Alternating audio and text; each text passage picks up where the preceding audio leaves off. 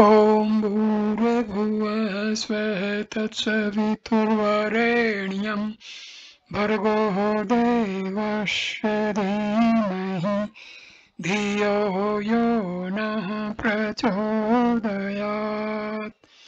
ॐ शान्ति शान्ति शान्तिः। नमस्ते मेरे प्यारे दोस्तों, ये वीडियो मैं भगवान आदि शंकराचार्य की प्रसिद्ध आध्यात्मिक ग्रंथ आत्मबोध के ऊपर बना रहा हूँ। पहले काल में लोग भगवान की आराधना करते थे, उनके मन बुद्धि चित्त शुद्ध होते थे, शीघ्र ही अध्यात्म उन्नति में वो अग्रसर हो जाते थे। पर समय बीतता गया, लोगों के मन बुद्धि चित्त में अनेक प्रकार के दोष आते गए और भगवान की ओर से लोग विमुख होते चले गए। इसी बात को ध्यान में रखते हुए आदि शंकराचार्य ने इस ग्रंथ की रचना की है ताकि लोग भगवान की ओर अग्रसर हो जाएं। पहले श्लोक से हम शुरू करते हैं। तपोभि अक्षिन पापानां शांतानां वीतरागिणां मुमुक्षूणां अपेक्षो यत्तात्म बोधो विधीयते। तपस्या करते करते अर्थात अनेक प्रकार के कठिन व्रत आदि करने से जिनके अंतःकरण से राग द्वेष आदि दूर हो गए हैं और पापों का नाश हो गया है, जिनकी चित्त की वृत्तियां शांत हो गई हैं, भोग वासनाओं का भी नाश हो गया है, जो जन्म मरण आदि बंधनों से मुक्त होकर मोक्ष चाहते हैं, ऐसे पुरुषों के लिए ही यह आत्मबोध नामक ग्रंथ बनाया गया है। शंका समाधान। सब शास्त्रों में जप तप आदि से भी मोक्ष होना लिखा है, यहाँ केवल आत्मज्ञान से ही मोक्ष का उल्लेख क्यों है? हिंदू धर्म में अनेक प्रकार की साधनाओं से, अनेक प्रकार के योग से भगवत प्राप्ति के उपाय बताए गए हैं। तो शंका उत्पन्न होती है, आदि शंकराचार्य ने आत्मज्ञान से ही मोक्ष प्राप्ति का साधन क्यों बतलाया गया है? अगले मंत्र में इस शंका का समाधान मिलता है। दूसरा श्लोक। बोधो अन्य साधनभ्यो हि साक्षान्मोक्ष साधनम पाक्ष्य बहि वज्ञानम बिना मोक्षोन सिद्धयति। जो जप तप कर्म योगादि मोक्ष के साधन हैं, उसमें मोक्ष का मुख्य साधन रूप बोध अर्थात आत्म ज्ञान ही है। जैसे पाक बनाने में बर्तन लकड़ी, जल इत्यादि की आवश्यकता पड़ती है, किंतु पाक में मुख्य कारण अग्नि ही है और जो अन्य कारण हैं वे सहकारी कारण हैं। अतएव ज्ञान के बिना मोक्ष की प्राप्ति नहीं हो सकती। यहाँ श्रुति प्रमाण है, जैसे ज्ञानादेव तु केवल्यम ऋते ज्ञानान मुक्ति ही, अर्थात ज्ञान के बिना मुक्ति नहीं होती है और अन्य जो उपासना आदि कर्म हैं वे केवल अंतःकरण की शुद्धि के लिए हैं। जैसे स्मृति में लिखा है कि तमसा कलमशम हंति विद्यामृत मश्नुते, अर्थात तप से अंतःकरण का कलमश दूर होता है और विद्या से मोक्ष की प्राप्ति होती है। शंका: राजा विधे आदि तो श्रेष्ठ कर्मों से ही उच्च गति को प्राप्त हो गए, इसलिए श्रेष्ठ कर्म करने से जब अज्ञान का नाश हो जाता है तब स्वयं मुक्ति हो जाएगी।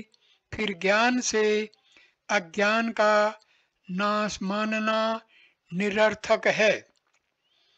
इस शंका का समाधान तीसरे श्लोक में मिलता है।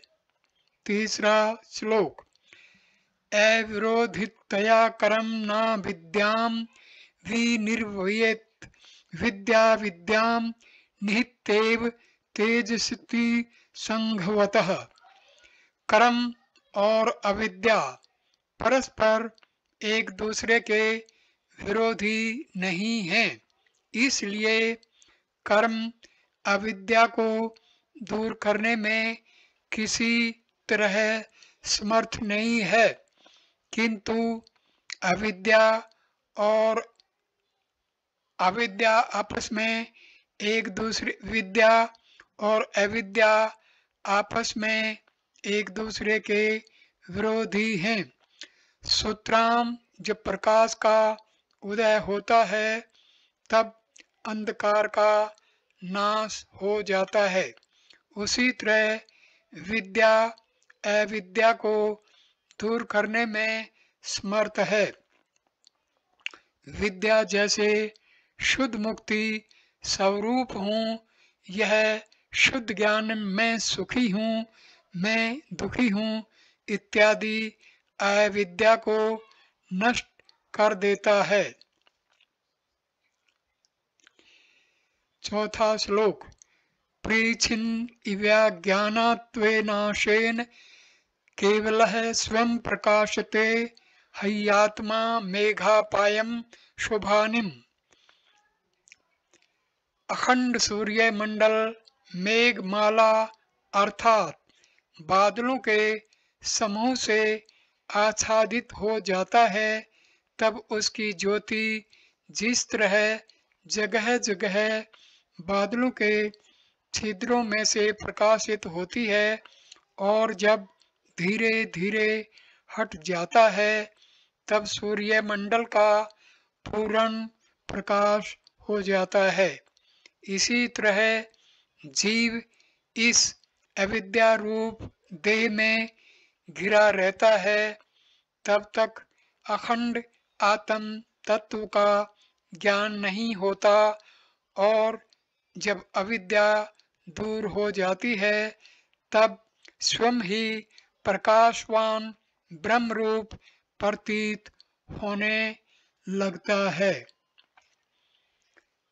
शंका: अज्ञान के नष्ट होने पर आत्मा का अद्वितीय होना सिद्ध नहीं होता, क्योंकि अज्ञान को नाश करने वाली वृत्ति का जब ज्ञान होगा तब द्वैत की सिद्धि होगी। अगले 5वें श्लोक में इस शंका का समाधान मिलता है। 5वां श्लोक। अज्ञान कलुषम जीवम ज्ञानाभ्यासुद्धि निर्मलम कृत्वा ज्ञानम स्वयं निश्चय जलम कत्करेणुत।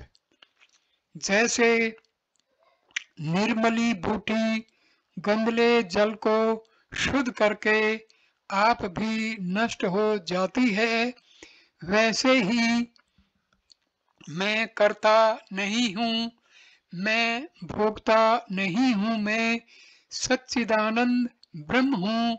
इस प्रकार का ज्ञान मैं करता हूँ, मैं भोगता हूँ।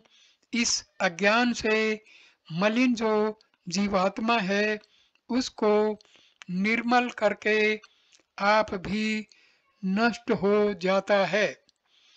जो कदाचित यह कहो कि संसार तो साक्षात दिखता हुआ सत्य प्रतीत होता है, तो ब्रह्म की अद्वैतता किस प्रकार सिद्ध हो सकती है? इस शंका का समाधान करते हैं। इसका समाधान 6ठे श्लोक में मिलता है। 6ठा श्लोक। संसार सोपन तुल्यो ही राग द्वेषादि संकुलः सब काले सत्वद भाति प्रबोधे सत्वेद भवत्। राग द्वेष आदि से व्याप्त यह संसार स्वप्न के तुल्य है, क्योंकि स्वप्न के समय की जो अवस्था है वह स्वप्न काल में ही सत्य सी दिखती है, किंतु जब प्रबोध होता है अर्थात जागृत अवस्था का आरंभ होता है, तब आत्मा और ब्रह्म की एकता के ज्ञान के पीछे एक क्षण में असत्य दिखने लगता है। अतएव मिथ्या जगत से आत्मा की अद्वैतता में हानि नहीं हो सकती है। जो कदाचित यह कहो कि जब संसार यथार्थ में मिथ्या ही है, तो सत्य और असत्य कब तक और किस प्रकार प्रतीत होता है? इसका समाधान 7वें श्लोक में मिलता है। 7वां श्लोक। तावत् सत्यम जगत भाति शुक्तिकारजतम यथा यावन्न ज्ञायते ब्रह्म सर्वाधिष्ठान मद्वयम्। जैसे जब तक यह ज्ञान नहीं होता है कि यह नील पृष्ठ वाली त्रिकोणाकार सीपी है, तभी तक सीपी का रजत चांदी सत्य सा दिखता है।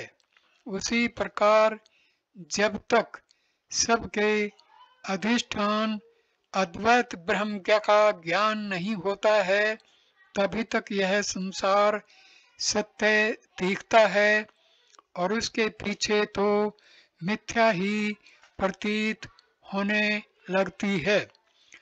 अब दृष्टांत से इस बात को दृढ़ करते हैं कि संपूर्ण जगत ब्रह्म में कल्पित है।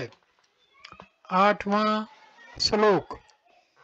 सच्चिदात्त अन्य सयु नित्यो विष्णु परकल्पितः व्यक्तयो विविधा सर्वा हाटके कटकादिवात।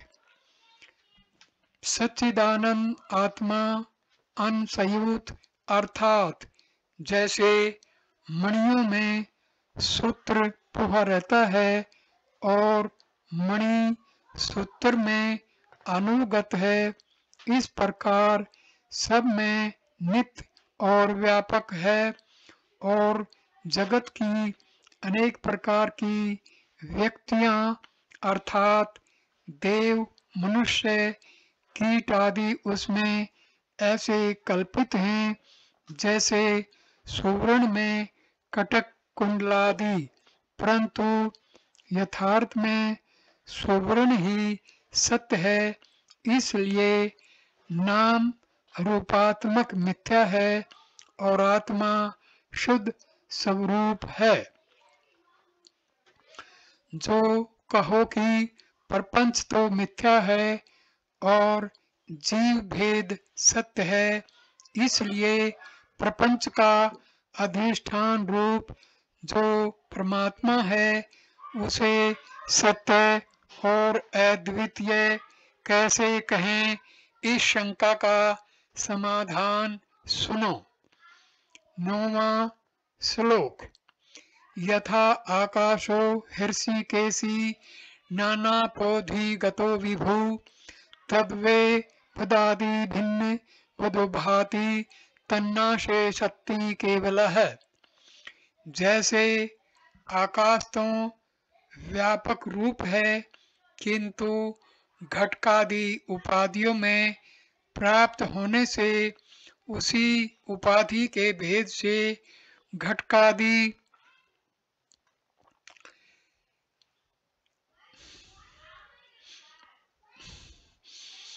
उपाधि भेद से